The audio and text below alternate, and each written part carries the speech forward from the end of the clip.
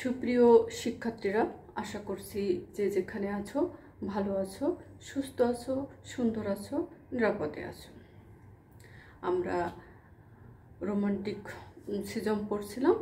এই রোমান্টিসিজম আমরা কয়েকটি ক্লাস করেছি।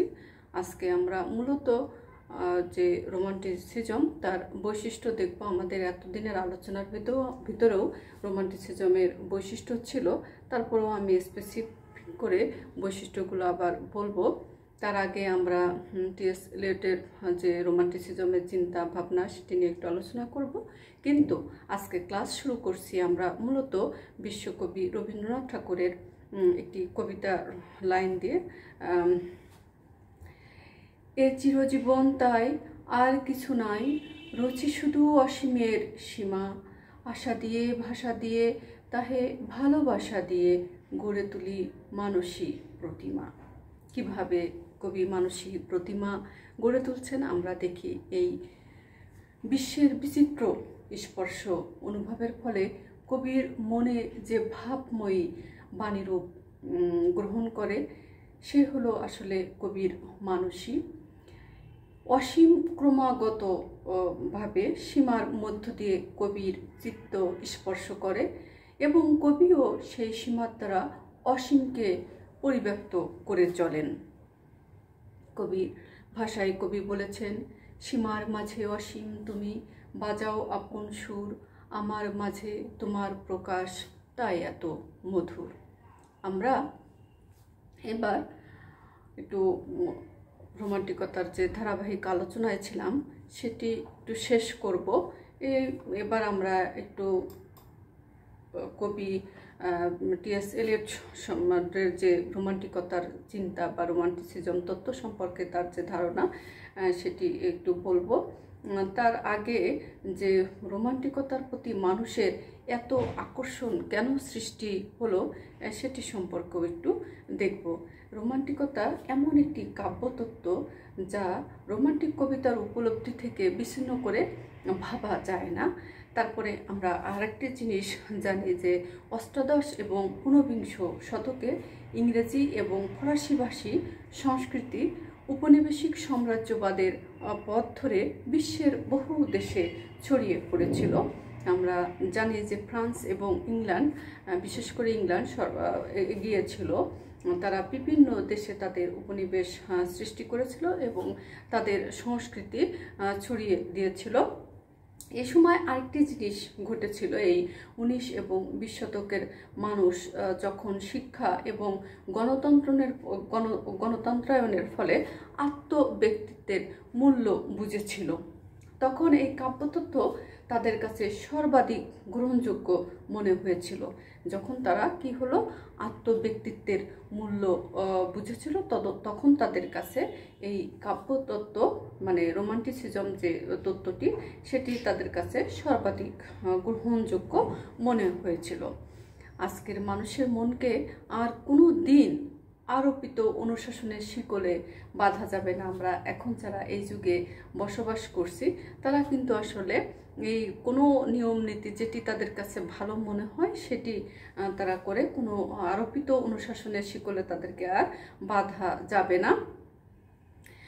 রোমান্টিক কাব্যতত্ত্বের গ্রহণযোগ্যতা এতটাই প্রাধান্য পেয়েছিল যে এরপরে আরও অনেক সাহিত্যতত্ত্ব সেটি এসে দেখেছিলাম আমরা, যেমন ডাডাইজম, সাররিয়ালিজম, এইসব কিন্তু মানুষের কেউ আর এর বিরোধিতা করেনি। কোনো তত্ত্বই এই রোমান্টিকতার তত্ত্ব বিরোধিতা করেনি, এটিও আমরা দেখেছি।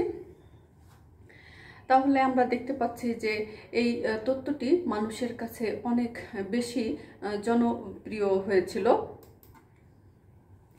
ইংরেজি ভাষী কবি টি.এস. এলিয়ট প্রথম যে প্রথাসিদ্ধ রোমান্টিক কাব্যতত্ত্বর একটি প্রশ্নের সামনে দাঁড় করান। কারণ কি, যে প্রথম যে বিশ্বযুদ্ধ হলো, বিভিন্ন কারণে মানুষের চিন্তার পরিবর্তন হচ্ছিল।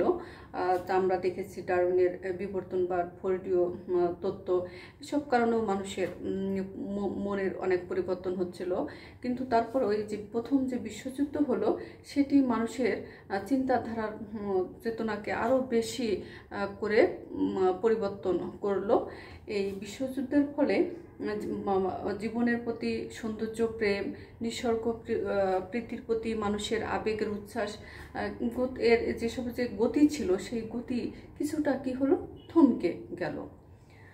যেটি ছিল মানুষের মানবতাবাদী, তারপরে আস্তিক্যের প্রতি মানুষের আস্থা, সেগুলো একটু বিচলিত হলো। মানুষ দেখলো যে মানবতা আসলে কোথায়, যে বিশ্বযুদ্ধের ফলে, তারপরে ঈশ্বরের যে ভয়, সেটি বা মানুষের কোথায়, মানুষের ভিতরে একটি অস্থিরতা সৃষ্টি হলো। সুন্দরের ভুবনে প্রবেশ করতে মানুষ তখন দ্বিধাগ্রস্ত, অনেকটা ভয় পেতে শুরু করলো। তার পার্থিব জীবন এতটাই উৎপীড়িত, যে এই যে আমাদের যে পার্থিব জীবনটা এতটাই উৎপীড়িত যে হলো, যে অপার্থিব বা অতীন্দ্রিয় লোকের যে অসীমতায় নিজের মনকে বিচ্ছিন্ন করে দেবার আকাঙ্ক্ষা তার কাছে কোনো চরিতার্থবোধের প্রত্যাশা বহন করে আনতে পারলো না। তারপরে মানুষ একটু সব কিছুতে একটু ভীতি সঞ্চারের যে বিষয় এবং কি করবে সেটি আসলে বুঝে পাচ্ছিল না, এরকম একটি পরিস্থিতি। এই সময় কবি ও কবিতার মধ্যে যে অবিচ্ছিন্ন সংশ্লেষ, এই সাধারণত রোমান্টিক কাব্য ভাবনায় স্বীকৃত ছিল, যে কবি এবং কবিতার ভিতরে কোনো কি নেই, পার্থক্য নেই, এরকম যে একটা সংশ্লেষ কি ছিল, চলছিল। সেটি এলিয়ট তার বিপরীত একটু কথা বললেন। কবি তার স্রষ্টার মন ও মনন নিয়ে দাঁড়াবেন তার সৃষ্টিকর্ম থেকে কিছুটা দূরে। তিনি যে কথাটা বললেন, তিনি হলেন যে কবি তার মন এবং মনন নিয়ে দাঁড়াবেন তার সৃষ্টিকর্ম থেকে কিছুটা দূরে, সেটি আমরা দেখি। তারপরে আমরা যেটি দেখি যে উনি কি বলেছেন, সৃজনী প্রক্রিয়াকে উচ্ছ্বসিত আবেগের স্রোত থেকে যথাসম্ভব কি রাখতে হবে, বিচ্ছিন্ন রাখতে হবে। আরও যে কথাটি উনি বললেন, poetry is not a turning loose of emotion, এর মানে কি, কবিতা মানে আবেগের মোড় ঘুরিয়ে দেওয়া নয়। কবিতা মানে কি, আবেগের মোড় ঘুরিয়ে দেওয়া নয়। এর মানে যেটি হচ্ছে যে but an escape from emotion, আবেগ থেকে মুক্তি। তারপরে কি বলছে, it is not the expressions of personality, এটি ব্যক্তিত্বের বহিঃপ্রকাশ নয়। But an escape from personality, ব্যক্তিত্ব থেকে রক্ষা পাওয়া। তারপরে আমরা যেটি দেখছি, but of course only those who have personality and emotions know what it means to want to escape from these things. তবে অবশ্যই যাদের ব্যক্তিত্ব ও আবেগ রয়েছে, কেবল তারাই জানেন যে এ বিষয়গুলি থেকে বাঁচার অর্থ কি। সবাই কিন্তু জানে না যে কিভাবে বাঁচতে হবে। তারপরে আমরা যেটি দেখি সেটি হলো যে এই এলিয়ট যে এই উক্তিগুলো করেছেন, এই উক্তি আসলে কি রোমান্টিসিজমের সাথে বিরোধ নয়। এলিয়ট কেবল কবিতার উচ্ছ্বসিত তারল্যকে কি করতে চেয়েছেন, সংবৃত রাখতে চেয়েছিলেন। কবির ব্যক্তিগত আবেগের উচ্চারণ যেন কি সে না পর্যবেসিত না হয় পুনরুক্তিবহল আতিশয্যে। তিনি চেয়েছিলেন কবির মননশীলজাত প্রশ্নগুলো যেন বিদ্যুৎ থাকে কাব্য শরীরে, মানুষের মনে যে মননশীলতার যে বিষয়টি, সেটি যেন কাব্য শরীরে বিধৃত থাকে, এজন্য কেবল মুগ্ধতা সমর্থিত আবেগ বচন না হয়। তারপরে আমরা এবার যেটি দেখব সেটি হলো মূলত বৈশিষ্ট্যগুলো। এবার আমরা দেখব যে কি কি বৈশিষ্ট্য আমরা দেখব, সেটি আমরা একটু দেখি। এবার যে এই রোমান্টিক যে কাব্যতত্ত্ব আমরা পড়লাম, এতদিন ধারাবাহিকভাবে আলোচনা করলাম, আমরা যে আরও ক্লাস নেব সেখানে আমরা এর পরের যে ক্লাস সেখানে আমরা রোমান্টিসিজম এবং ক্লাসিসিজমের পার্থক্য দেখব। কিন্তু আমরা যখন ধারাবাহিক আলোচনা করেছি তখনও কিন্তু এই বৈশিষ্ট্যগুলো চলে এসেছিল। তারপরেও আজকে আমি বৈশিষ্ট্যগুলো একটু আলাদাভাবে বলছি। যে কল্পনা শক্তির উপর ভিত্তি করে এই ধারা শিল্পীরা শিল্প রচনা করেন। কি করেন? কল্পনা শক্তির উপর ভিত্তি করে তারা শিল্প রচনা করেন। এই শ্রেণীর শিল্পীদের বিশ্বাস কল্পনায় তাদের মূল শক্তি, কল্পনায় তাদের মূল শক্তি, এবং এই শক্তির কারণেই তারা শিল্পী। আসলে অবশ্যই যারা শিল্পী তাদের বিশেষ গুণ থাকে, এই গুণ না থাকলে মানে সবাই শিল্পী হতে পারত। তারা জোর দিয়ে বলেন, জগতের যে রূপ আমরা দেখতে পাই তা সীমিত এবং খণ্ডিত। আসলে আমরা সীমিত এবং খণ্ডিত রূপ দেখতে পাই। এই সীমিত এবং খণ্ডিত রূপ যেহেতু আমরা দেখতে পাই, সেজন্য এটি কি হয়? এটি অবশ্যই অপূর্ণ হয়। তাই বস্তুর পূর্ণ রূপ বা অভ্যন্তরীণ সত্যরূপ শুধু কল্পনা দিয়ে আবিষ্কার করা সম্ভব। তাই বস্তুর পূর্ণরূপ বা অভ্যন্তরীণ সত্যরূপ শুধু কল্পনা দিয়ে আবিষ্কার করা সম্ভব। এই যদি আমরা কি করতে চাই, কোনো কিছুর অতল স্পর্শে পৌঁছতে চাই, তাহলে আমাদেরকে কি করতে হবে? কল্পনা করতে হবে।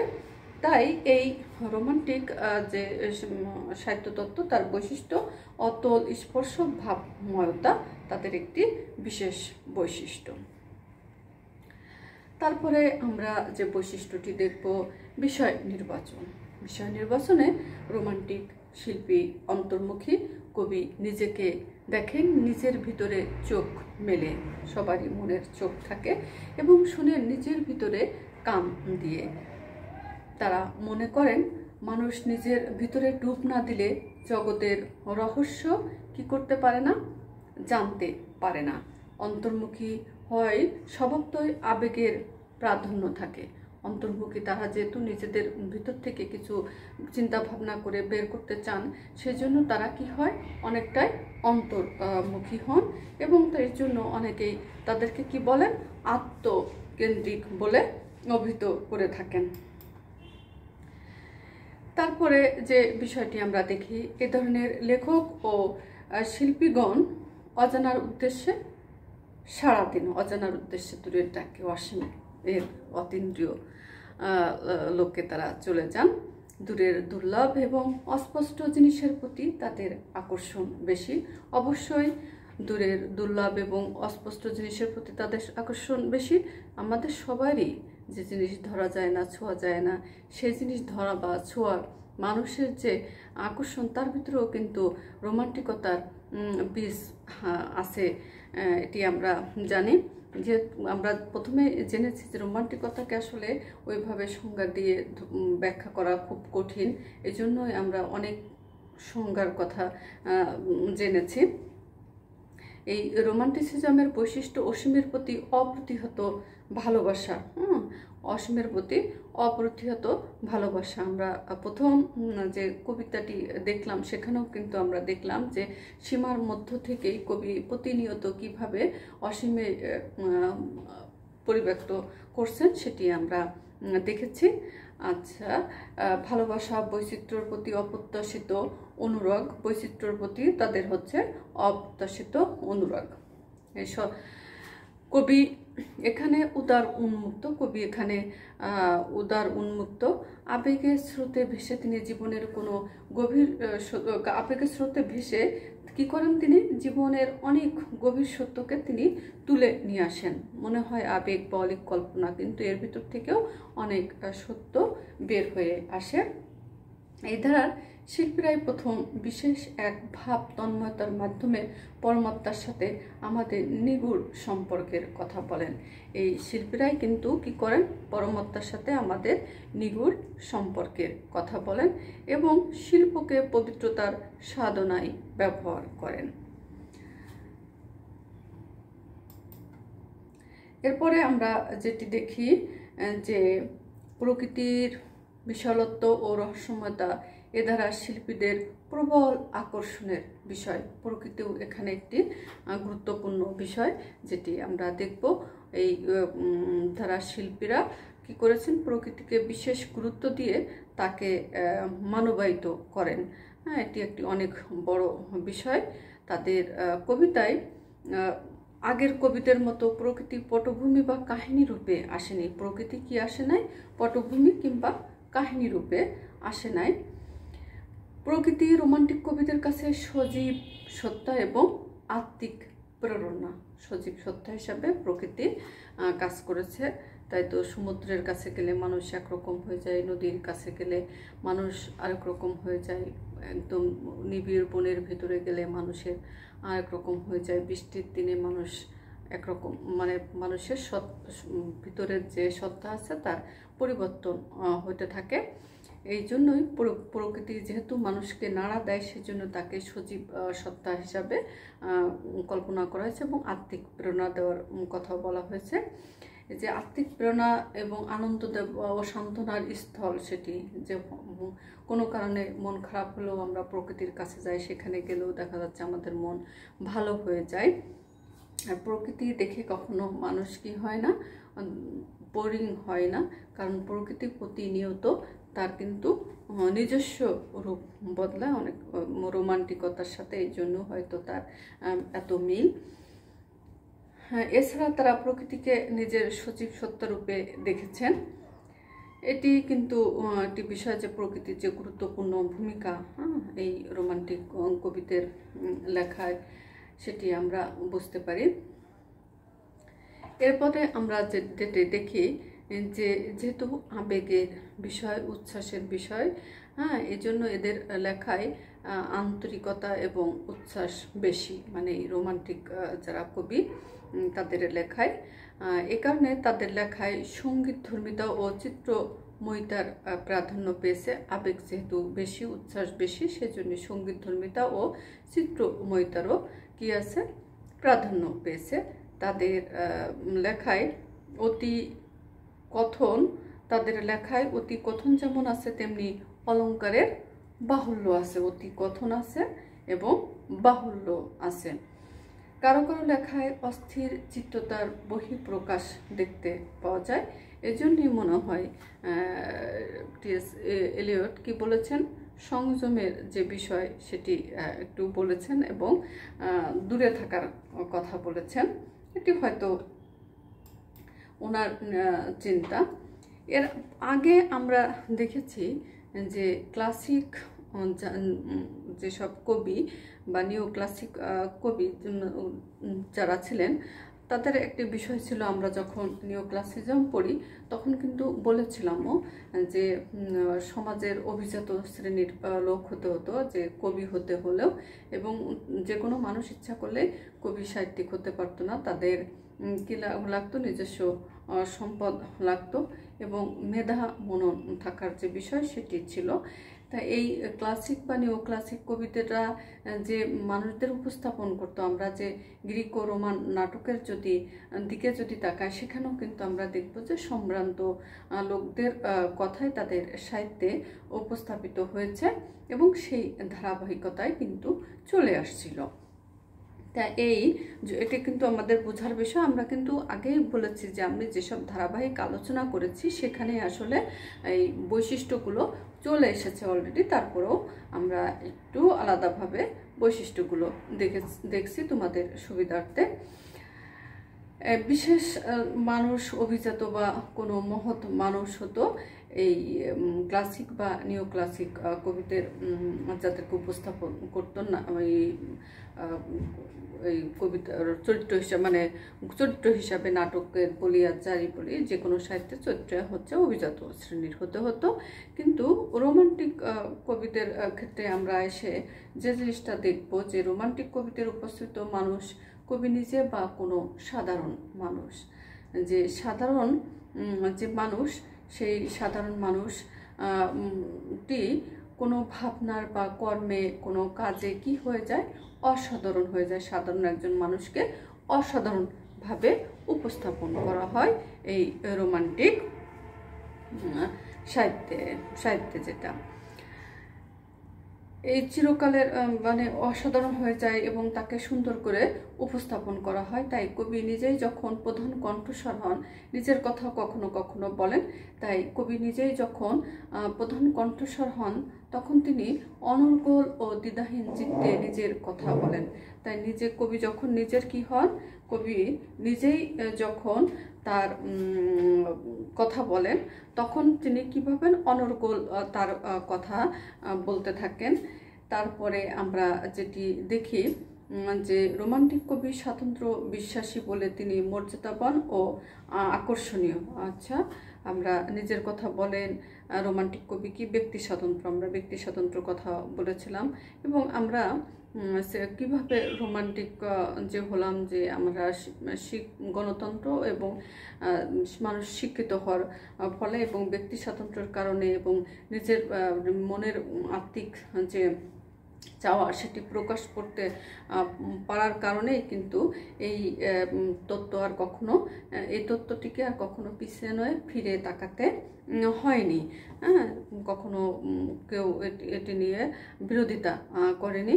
তাই সেই জন্য এই মর্যাদাবান আকর্ষণীয় অন্যের চোখে তারা মানে যেসব রোমান্টিক কবি তারা যদি কখনো কি হন, সামান্য হলেও তাদের ভিতরে নিজেদের ভিতরে কি আছে, অহংবোধ আছে। এই বোধ না থাকলে এই লেখকরা বা এই কবিরা মনে হয় কথক, নায়ক বা দ্রষ্টা হয়ে উঠতো না, এরকম একটি বিশ্বাস। দুঃখ, বেদনা, আশা, আকাঙ্ক্ষা, স্বপ্ন, হতাশা হয়ে উঠতো না। কিসের বিষয়? সাহিত্যের বিষয়। এই দুঃখ, বেদনা, আশা, আকাঙ্ক্ষা, স্বপ্ন, হতাশা সাধারণ মানুষের যে বিষয়গুলো, সেগুলো কিন্তু কি হয়েছে, সাহিত্যের বিষয় হয়ে উঠেছে এই রোমান্টিক কবিদের কিসের কারণে? রোমান্টিক কবিদের কবি প্রতিভার কারণে।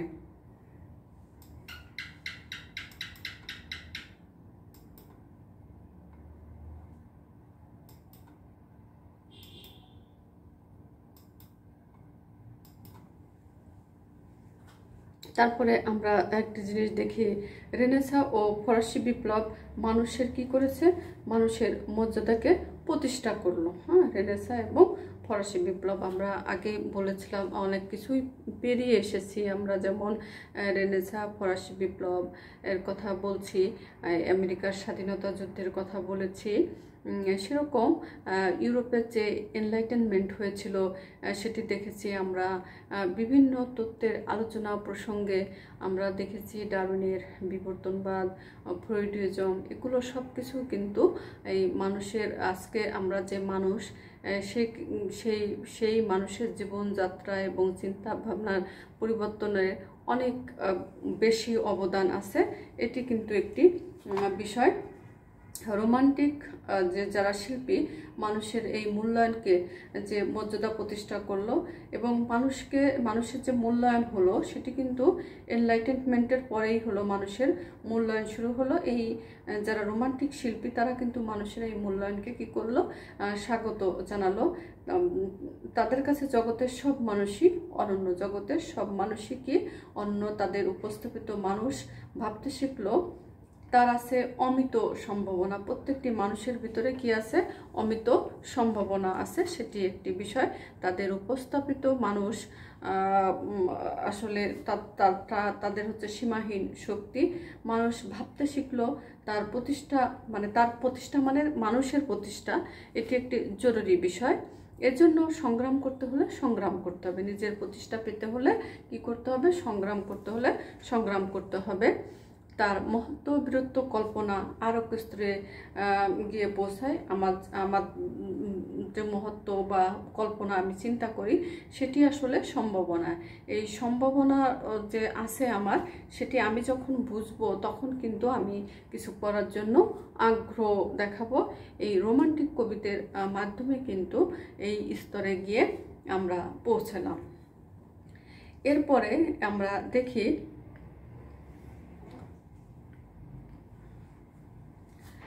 এই কবিদের লক্ষ্য ছিল কি, যে কবিতাকে আগের কবিদের মস্তিষ্ক প্রসূত ভাবনা থেকে মুক্ত করে হৃদয় প্রসূত করা। আমরা দেখেছিলাম যে ক্লাসিসিজম এবং নিও ক্লাসিসিজম যেখানে বলা হয়েছিল যে কবিতাটা হচ্ছে তাদের যে সাহিত্য যে সৃষ্টি সেটা মস্তিষ্ক প্রসূত হতে হবে, কিন্তু রোমান্টিক যারা কবি বা শিল্পী বা সাহিত্যিক যাই বলি তারা বললেন যে তাদের যে লেখা সেটি হচ্ছে হৃদয় প্রসূত হতে হবে। তারা যুক্তি ও বুদ্ধির স্থলে আবেগ ও প্রাণময়তার প্রকাশ ঘটান। তারা যুক্তি বুদ্ধির বদলে কিসের প্রকাশ ঘটান? আবেগ ও প্রাণময়তার প্রকাশ ঘটান। কবিতা তাদের কাছে কোনো জাদুকরী বিষয় নয়। এটি কিন্তু আসলে কোনো জাদুকরী বিষয় নয় যে আমি জাদু দিয়ে এটি বানিয়ে ফেললাম বা নিয়মকরণ করে। কবিতা জন্ম নেয় গাছের মতো স্বতঃস্ফূর্তভাবে। ওয়ার্ডসওয়ার্থ বলেছেন যে the spontaneous overflow of powerful feelings. হ্যাঁ, এটা একটি বিষয় যে স্বতঃস্ফূর্তভাবে স্পন্টেনিয়াস। হ্যাঁ, আবার পাওয়ারফুল ফিলিংসের কথা কিন্তু বলা হচ্ছে, টুকটাক ফিলিংস কিন্তু না।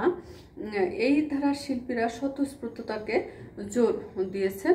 স্বতঃস্ফূর্ততাকে কবিতা বা যে কোনো শিল্পের উত্তম লক্ষণ। স্বতঃস্ফূর্ততা যদি থাকে, নিজের আগ্রহের যে বিষয়টি আমরা বলি সেটি যদি কারোর থাকে তাহলে সেটি কি একটি উত্তম লক্ষণ। এটি কিন্তু আমরা বুঝি যে যদি কারোর নিজের কিছু করার ইচ্ছা থাকে সেটাই হচ্ছে তার হচ্ছে মূল হাতিয়ার হয়, আর অন্য কেউ তাকে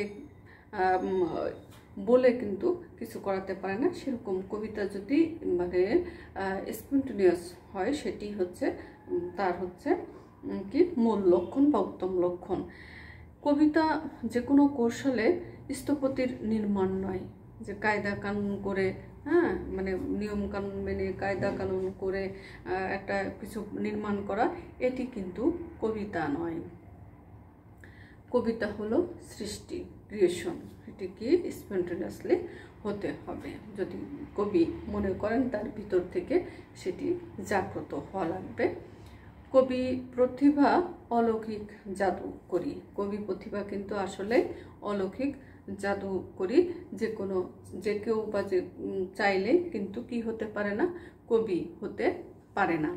এটি আমাদের মাথায় রাখতে হবে যে অনেকেই কিন্তু কবি হয়ে যায়, কিন্তু যে কেউ চাইলে কবি হতে পারে না।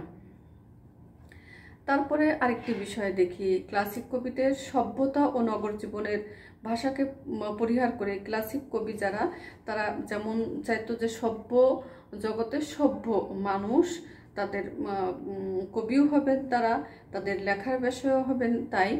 কিন্তু আমাদের যারা রোমান্টিক কবি, আমরা কিন্তু প্রথমেই যখন শুরু করেছিলাম যে ওয়ার্ডসওয়ার্থ এবং কোলরিজের যে কবিতা সংকলন লিরিক্যাল ব্যালাডস, তার আগেও আমরা সেই কবিতাগুলো পুরোপুরি রোমান্টিক না হলেও তারা যে বার্নস এবং ব্লেকের কথা আমরা পড়েছিলাম, সেখানে কিন্তু আমরা দেখেছিলাম যে অতি তুচ্ছ জিনিস, গ্রামীণ জিনিস এবং